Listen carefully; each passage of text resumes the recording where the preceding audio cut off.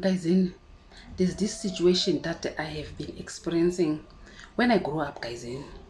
As a child, you couldn't say a word to an older person, that even if there's something that didn't sit well with you, if you want to report somebody as a kid, they will say, get out, go and play with other kids, or shut up as a kid. Then you'll end up accepting the situation, that which means I'm not allowed to say anything about anyone. So there was this situation that I grew up with. I think I hold it because of I couldn't talk about it when I was growing up.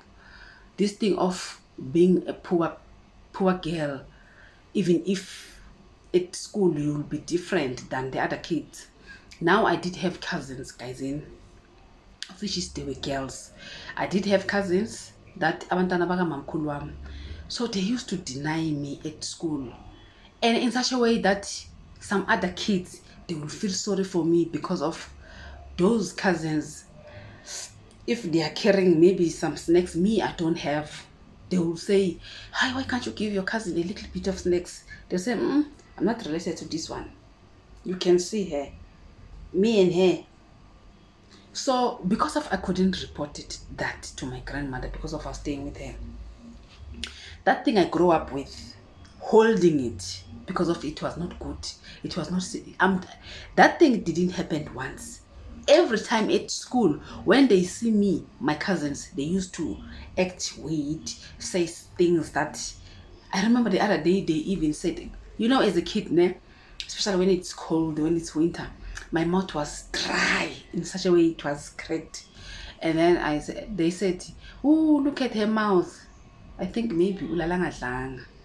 So things like that is the things that I was supposed to sit down and talk about it.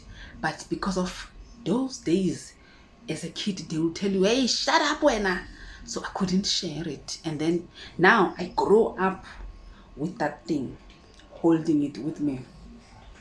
I'm telling you guys, in 2005, now there was a time for them to come to Johannesburg looking for the job.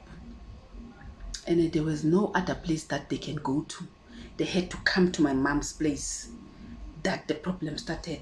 They are forgetting that what they were doing to me. Me, because of it was hurting me and I couldn't report it that time. I still holding it. Now, when they arrived, guys, the problem started.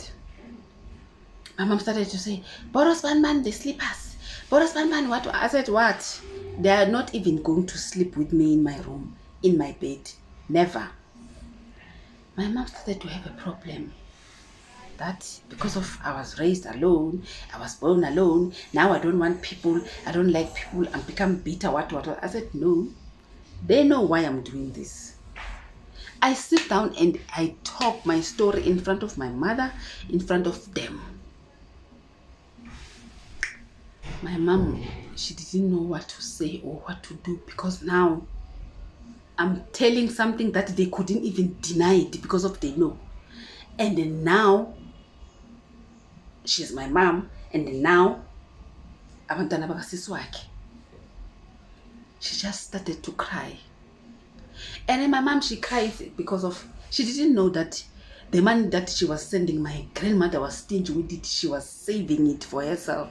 She didn't know all of those things. That she even said, hey, which means other people, they look at me in other way around, that me, I'm working at Johannesburg, but my kids are suffering in the Cape.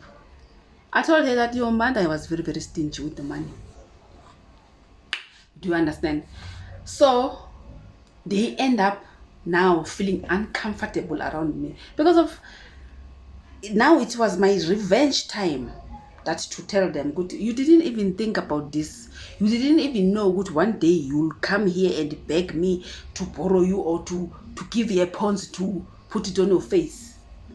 That time you were here denying me in front of people that because of me now I was, and then you are telling people that I'm not related to you. So how am I supposed to call you now that you're my cousin? Guys, I was wrong for me to remind them in my space, but I was trying to release this thing inside of me. I'm telling you, that situation, it calls a tense in the house that it they end up telling their mother. Now they used to have a private conversation with their mother until their mother send them the money. Then they start looking for the place to stay. They go and stay in Tembisa. Since then until now, they are still staying in Tembisa. I'm telling you guys, I've never go and visit them. We have kids. Our kids, they never met each other because of the things that we as parents, we don't allow our kids to tell us or to talk about it. Do you understand? If they did allow me to talk about it, the elders, they should have done something that time to stop them or to tell them in the right way, you mustn't do this because of this and that. Then this thing, it was not supposed to go up to this far. So please, all the parents out there that they are not allowing their kids to be free to talk, please let the kids to talk to you with everything that they want to say to you. Let the kids to be free to share whatever they want to share with you, because at the end of the day, they will hold things, they will start to have grudges, of which is not good, guys. And I'm telling you, even now I'm sitting here, I'm telling myself that, which means if my mom dies, the relationship, it will die. As much as the relationship, it's very, very weak.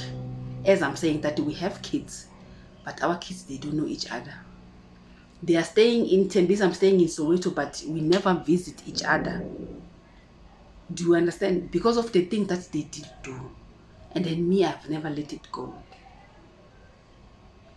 So,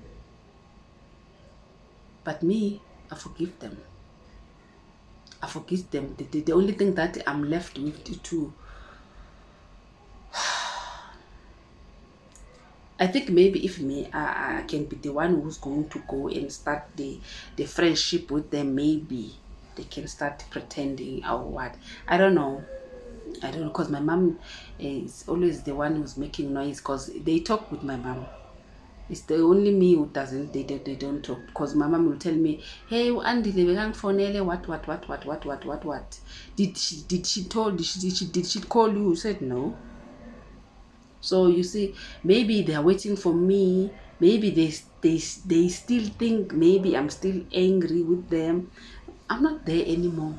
I mean, I did have that chance to talk and tell them.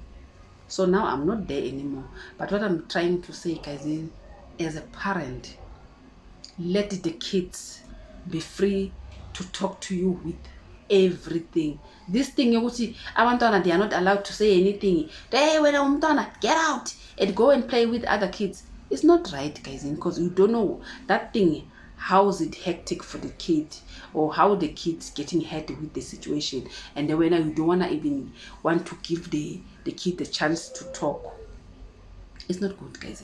I'm saying this with a broken heart, and I'm hurt because of, at the same time, guys, I cannot live alone in this world. I need my relatives by my side. Let me live and love you. Till next time, Mama.